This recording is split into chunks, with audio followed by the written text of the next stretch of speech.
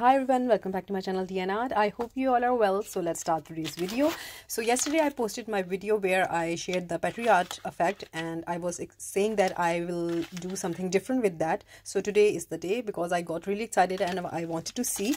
So what I'm doing here is I am adding ghost interference mica powder into my resin, and I have 25 ml of resin in my container.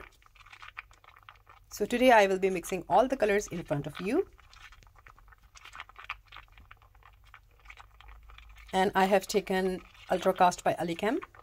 It's a low viscosity resin.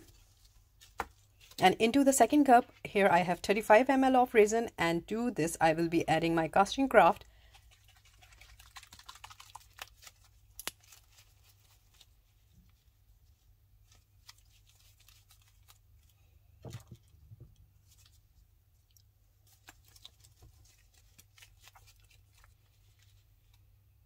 So here we go, and I think I have added around about 9 drops of casting craft in this 35 ml of resin. So yeah, you can count the drops as you see. So just be careful about the drops. If the required number of drops are mentioned, just add those. Any extra amount will make problems for the effect. So this is how it looks. It's not transparent, it's on the opaque side.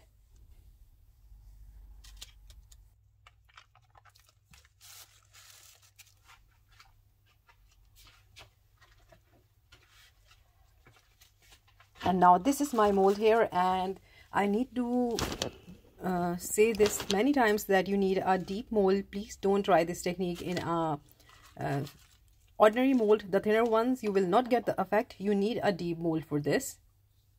So this mold is my lucky charm because I got all the effects in this mold. Yeah, I did get some failed as well, but all the effects in the end was this mold because this is deep and I think it has the size or the thickness that the designs needed. So yeah, it's by Art for Start, and I highly recommend her molds. They are amazing, and plus they are always unique. So here I'm just using some heat gun to remove the air bubbles that some are trapped inside on the sides of the crystal. So now is the fun part. As I use the alcohol inks, I am doing it again here. So you can use any color you like. I'm just going with my desired color.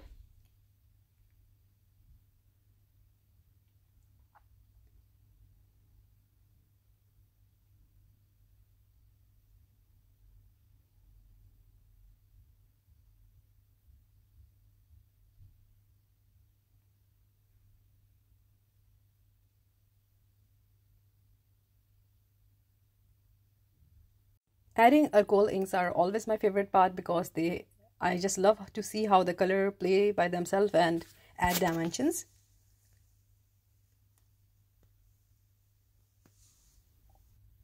So just adding the colors where I want to add more. So this part is really up to you. I just love to play with the alcohol inks.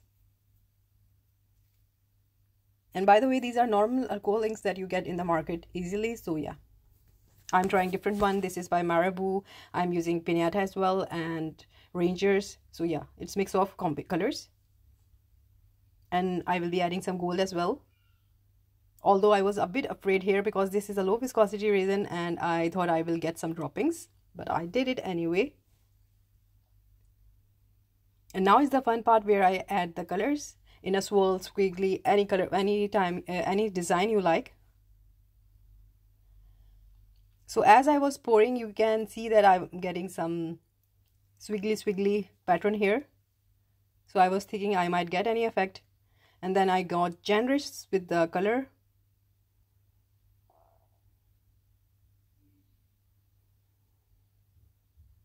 And then I'm adding my interference color here.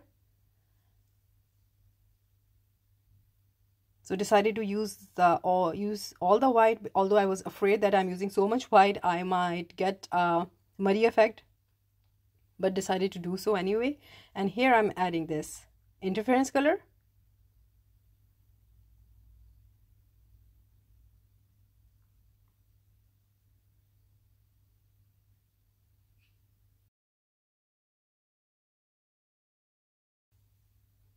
And now is the part where something different will happen, and I'm adding the clear resin into the center.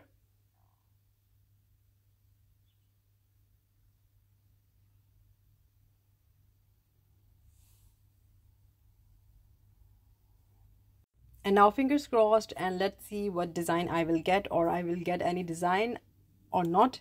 It's really a 50-50 thing here.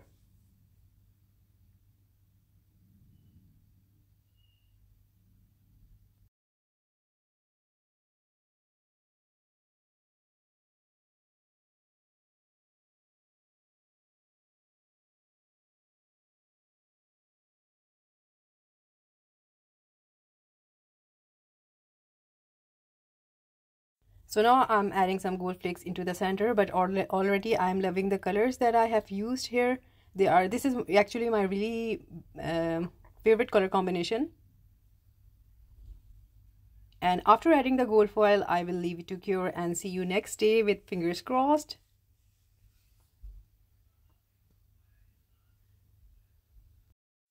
So next day, and I was so excited. The colors, I can say, they are so pretty. I hope I get something in the front, but because usually the back is really pretty and the front is just matte.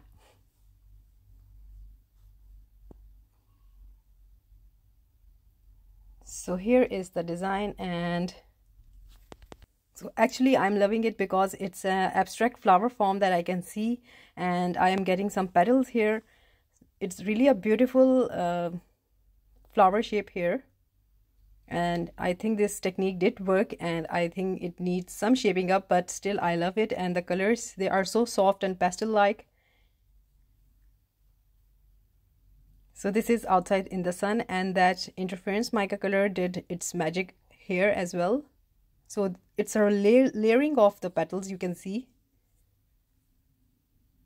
I'm just loving it, how different results everyone is getting with this technique. Really so pretty. So if you have any suggestions, do let me know. And I am thinking of using some dark colors next time,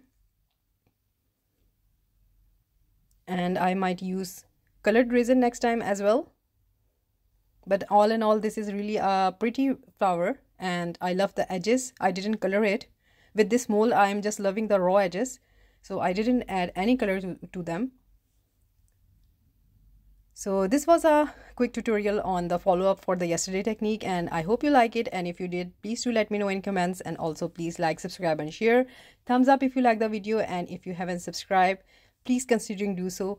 So again, thank you so much. Take good care of yourself. Bye bye.